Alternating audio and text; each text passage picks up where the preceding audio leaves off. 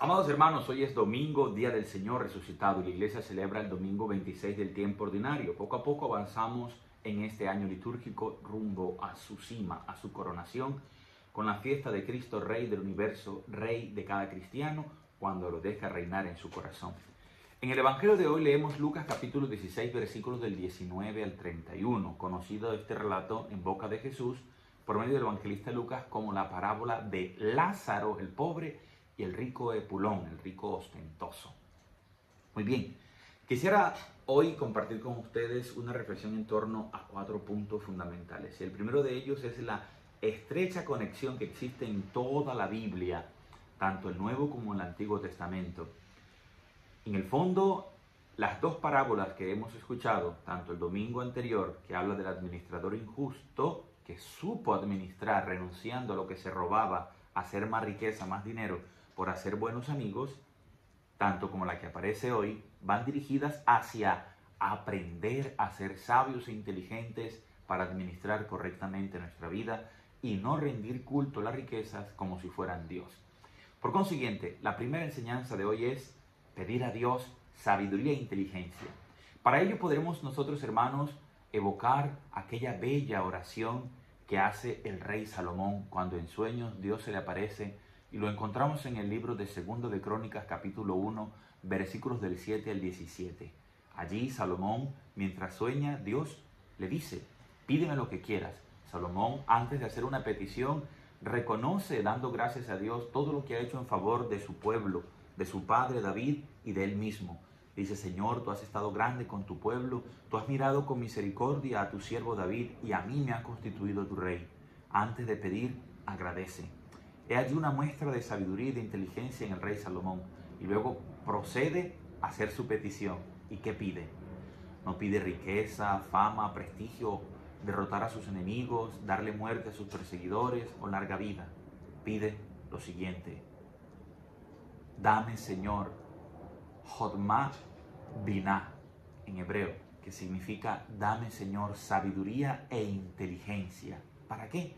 Para gobernar a tu pueblo, grande y numeroso. Porque sin esta sabiduría que procede de ti, no seré estimado en nada.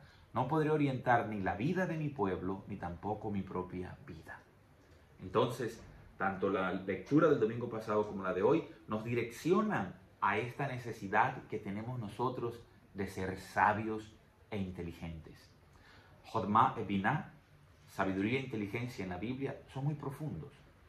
Sabiduría no es solo un cúmulo de conocimientos y conceptos que yo puedo adquirir. Sabiduría es el arte de saber vivir, de vivir una vida justa y recta, en dirección a Dios, a mis semejantes, al mundo creado que Dios ha puesto a mi disposición y en relación a mí mismo.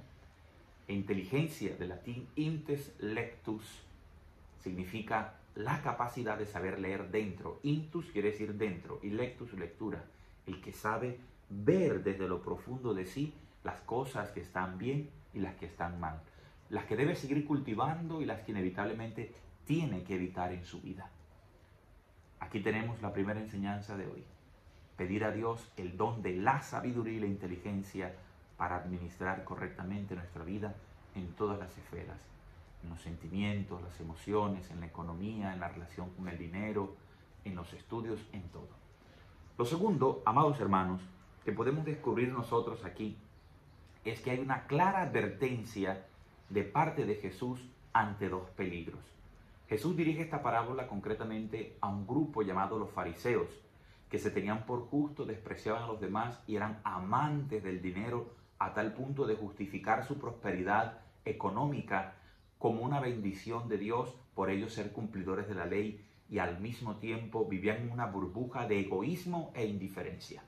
Y esta es la advertencia que Jesús nos quiere hacer. Cuidado con convertir a la riqueza en un Dios de nuestra vida, y en tanta abundancia y bienestar podemos convertirnos en personas egoístas e indiferentes, que no somos capaces de ver a esa persona que está tendida delante de nosotros con la mano hacia nosotros pidiendo ser ayudado, no solo económicamente, no solo materialmente con la comida, porque la riqueza no resguarda en la Biblia, no se trata en la Biblia solamente de bienes económicos, materiales, sino también nuestro tiempo, nuestra capacidad de escucha, nuestro cariño, nuestra atención que somos capaces de dar a los demás. Y dice la parábola que este rico todos los días vestía con nuevas vestiduras pomposas, linos, las más costosas, el mejor perfume, el mejor calzado, y banqueteaba. ¿Y con quién se relacionaba? Con la gente de su mismo estrato socioeconómico o nivel social. Mientras que allí, delante de su puerta, había un pobre moribundo, Lázaro. Y es interesante porque no se dice el nombre del rico. En la literatura antigua, normalmente los ricos son conocidos, como pasa hoy en día. Todo el mundo sabe los nombres de las personas más poderosas, importantes en la sociedad, entre comillas, y se le renombra, se dice su apellido. Pero ¿quién sabe el nombre del mendigo? ¿Quién sabe el nombre del celador? ¿O quién sabe el nombre del drogadicto, o de la prostituta, o del indigente, o aquel habitante de calle? Mientras que en el Evangelio aparece el nombre de ese que nadie quiere nombrar, Lázaro, que significa Dios viene en ayuda. Y allí el evangelista lo hace a propósito, para decirnos a nosotros que aquellos que nadie ve, que aquellos que el mundo desprecia, en el corazón de Dios son muy importantes.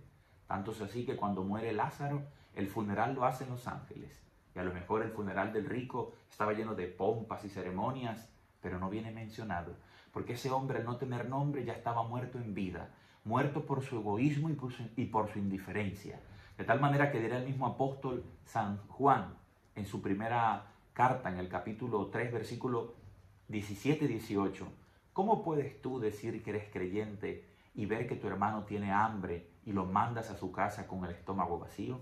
Nadie puede decir que ama a Dios al que ve si aborrece a su hermano a quien ve. Y esta es la advertencia que Jesús nos está haciendo. Cuidados, atentos. No hagan del dinero un ídolo y una riqueza absoluta como si fuera lo único en la vida y como si esta riqueza viniera por sus propios medios, sino que es un don de Dios, pero no es Dios el dinero y la riqueza. Dios es superior a la riqueza. Nuestra mayor riqueza es reconocer a Dios como la fuente de nuestra riqueza y nuestra vida. No caigamos en egoísmo y en indiferencia. El Papa Francisco nos ha hecho grandes advertencias sobre este peligro de la sociedad moderna. Una sociedad que va a prisa, una sociedad donde el rico es más rico y el pobre es más pobre, donde despreciamos a los demás, donde no somos capaces de mirarlos a los ojos, de tenderle la mano, de mirarlos, de escucharlos, de compartir con ellos y de acogerlos. El gran pecado de este rico consiste en no compartir sus bienes, en no escuchar el clamor del necesitado, en haber hecho de la riqueza un Dios. Él ha renunciado a la solidaridad. Él no ha podido escuchar la palabra de Moisés y los profetas que le invita a ser solidario y a honrar a Dios a través de sus riquezas. Primera enseñanza: pedir a Dios sabiduría e inteligencia para saber vivir. Segundo, cuidarnos del egoísmo y de la indiferencia. Tercero, hay una medicina contra este gran mal. Y es lo que dice la parábola cuando el rico le pide a Moisés que le permita a Lázaro mojar ahora la punta de sus manos en sus pies para darle un poco de agua y soportar esas llamas. El fuego, las llamas del infierno, metafóricamente significa el remordimiento de la conciencia, el saber que pudiste obrar correctamente y no lo hiciste, el saber que pudiste ayudar a otros y los despreciaste. Cuando la conciencia nos acusa y nos hace sentir culpa, es un fuego que nos quema en el interior. Y allí Abraham sabiamente le responde: mira, ni si un muerto resucita y va delante de ellos, van a hacer caso, van a obedecer, van a cambiar de conducta. Si no escuchan a Moisés y a los profetas, no se convertirán. Con esto aparece la medicina. Shema Israel, escucha Israel. Esta es la tercera invitación. Si queremos poner antídoto a la indiferencia, el egoísmo y ser sabios, empecemos por escuchar la palabra de Dios. Desde la Torá, los profetas y los libros sapienciales y poéticos. Toda la escritura es una invitación continua a amar a Dios en el prójimo, a amar al prójimo como imagen de Dios. Allí está la clave, amados hermanos, en el amor, que suscita la metanoia, es decir, la conversión. Es lo que la Torá mandaba hacer sedaká en hebreo, que significa caridad, justicia, no una simple limosna, porque yo puedo dar limosna y despreciar a quien se la doy. Es expresión del amor que le tengo a los demás, la ayuda que le pueda dar, ya sea comida o dinero o vestido. Es una convicción plena que en el amor encuentro el gozo pleno de la vida, que quien ama vive ya anticipadamente la eternidad dichosa y feliz que es el cielo. Esta es la tercera invitación, a escuchar la palabra de Dios que nos mueve al amor, que nos mueve al perdón, a la misericordia, a la solidaridad, que nos mueve a amar a Dios y amar a nuestros semejantes. Y por último, el cuarto aspecto es, no podemos olvidar nuestro destino final, que pone a todos en las mismas condiciones. Y ese destino final tiene dos momentos. El primero es la muerte. Ricos y pobres van rumbo a la muerte, poderosos y débiles, gente conocida, famosa y anónima. Todos estaremos en iguales condiciones en el momento de la muerte. Pero allí se pueden invertir los papeles. Y aquel que con su riqueza no supo compartir y ayudar a los demás, ya está viviendo un egoísmo tal e indiferencia que le hace experimentar un infierno. Y entonces será un banquete con largas cucharas en donde cada uno intenta alimentarse y golpea con esa cuchara grande al otro y no puede saciar su hambre. Mientras que aquellos que con su riqueza honoraron, rindieron honor a Dios, amaron a sus semejantes, amaron a su prójimo, se sentarán en el banquete de la eternidad dando de comer a quien tienen al frente y así no botarán el alimento. Ahí está, hermanos, la muerte nos pone a todos en iguales condiciones, pero no todos los que mueren tendrán un destino final igual. Unos para la condenación eterna como prolongación de su vida condenada por el egoísmo y la indiferencia, y otros para un amor, para una soledad eterna, porque en la vida fueron pobres, no materialmente, pobres en cuanto que reconocieron que todo lo que son y tienen es un don de Dios.